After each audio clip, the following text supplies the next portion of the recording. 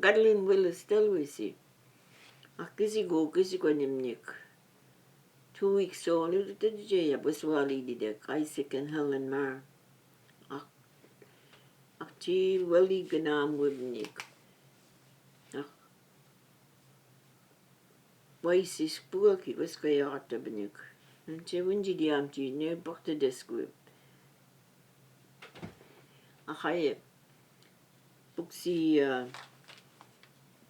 Kisi Gwis Buxi all the time. Well, I don't look the Yagabal, boiled dinners, and Ahaye. Ahi what the study Bnik, I up JJ and we see Ulamp Kubinik. Ahaye Kisi go by Freddie Harlow, Aye Cribbe Badibnik. Makaba Wale with Nigaba. Those were the best years of my life, I think. Kisi go Wale with me. Just wanna explain what I said in Micmac, that I was brought up by older couple. They took me when I was 2 weeks old. And those were the best years of my life. God, we had all kinds of animals, horses, cows, pigs, chicken, rooster too, I think. And I remember the calf chasing me, but I made it home. And then, oh, the old lady was always cooking. We always had good meals, home cooked meals, and we played. And then they used to have company over playing Waltist. Remember, thing was Margaret Capage, Margaret Whiteley, Mary Jane Brooks, Mary McIsaac, and Annie. It was a lot of fun. All I ever heard was "Pow," you know. And then Freddie Harlow used to come over and play crib with my father after Mass every Sunday. And John Brooks, old John Brooks. That was interesting too. Yeah, those were the best years of my life, growing up with them, the old couple. And then when the old lady died, I went to live with the daughter. But I never forgot my Micmac, because they both spoke it too. There's still a few, around my age still speaking Micmac, like Becky and Steve and Julian, JJ, and there's still quite a few really that talk Micmac. Doreen Knockwood even, and Tommy Hutt, and Rosemary Nevin. We always speak Micmac whenever we meet, or whoever speaks Micmac, we always talk Micmac. It's pretty good, not to forget. I mean, there's some words you can't really say, I'm not that fluent, but I mean, I can speak Micmac. Because a lot of people say you forget, but you can't forget your language, no matter what, no matter where you were. I lived in the States for a long time, and I never forgot. The only thing I regret is not teaching my kids Micmac, But I tried to teach the littler ones, the great-grandkids, and hopefully, someday they'll learn.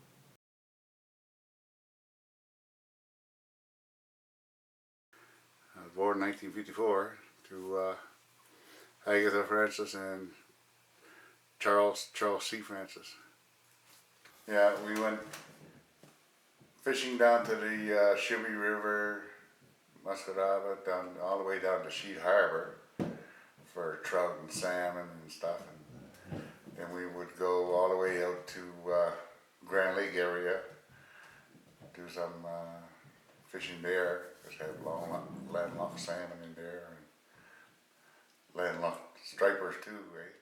So they only come down so far down the river, and then you just over past by Enfield. That's where they would breed at. And our people would have fun with the spears there and the nets. They would just come down in a great big school, but whatever we caught, we always shared it with others that couldn't get out. Even if we were down to Sheet Harbor and we got a moose, all of the moose would be used, sinew and everything else. So we had moose around here when you were young? Yes. Because I recall seeing one up to George Field Road there. You don't see as many moose, but there's over 800-900 moose in mainland Nova Scotia versus what they get in Cape Breton. There wasn't that many vehicles around, so we had to do a lot of walking. And we'd pack a lunch or pack a lunch there that we could cook next to where we're going. Or if it takes about a day's walk or something like that, you have that much provisions with you. If not, well, you gotta do the old hunting and fishing bit to feed yourself. I don't think it's practiced nowadays that way. Yeah. Yeah. A lot of days they were saying, oh, I didn't have a ride to get there. Back then we didn't have rides either. Started walking, one way to get there. So what would be the furthest place you walked when you were young? Oh, God, that'd be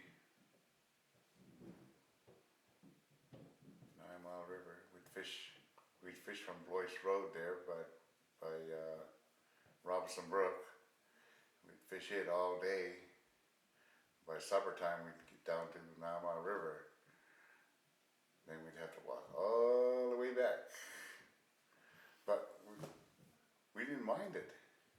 We had to split wood. We had to go in the woods and chop trees down and limb them up, lug them out, saw them, split them, pile them up, make sure we had a good sized pile and kindling. And we had to make sure there was water, because we didn't have running water back in our house. So how did you get water when you were young? We lugged it from the springs. There was a spring over by where Wanda Francis' house used to be. There was a spring there. Now, can you tell me a little bit about the gardens when you were young? You said that the elders had gardens around Gardens, the yeah, they would mostly raise potatoes, onions, carrots, turnips. Nothing extravagant. Even now and again they would have cucumbers. If they got lucky, you can get a hold of some seeds somewhere. Because when you do the old barter system, you don't know what you're going to get. And they would exchange some feed, flour and stuff for deer roast or something. Most of the prayers were done in Micmac, and each district they spoke Micmac, but it was at a different speed.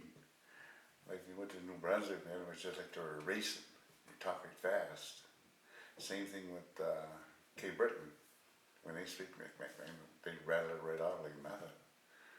But when you come down towards the mainland, it kind of slowed down in the language part.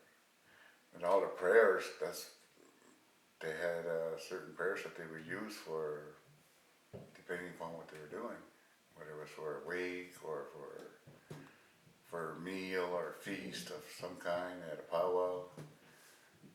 They would always have an elder do that.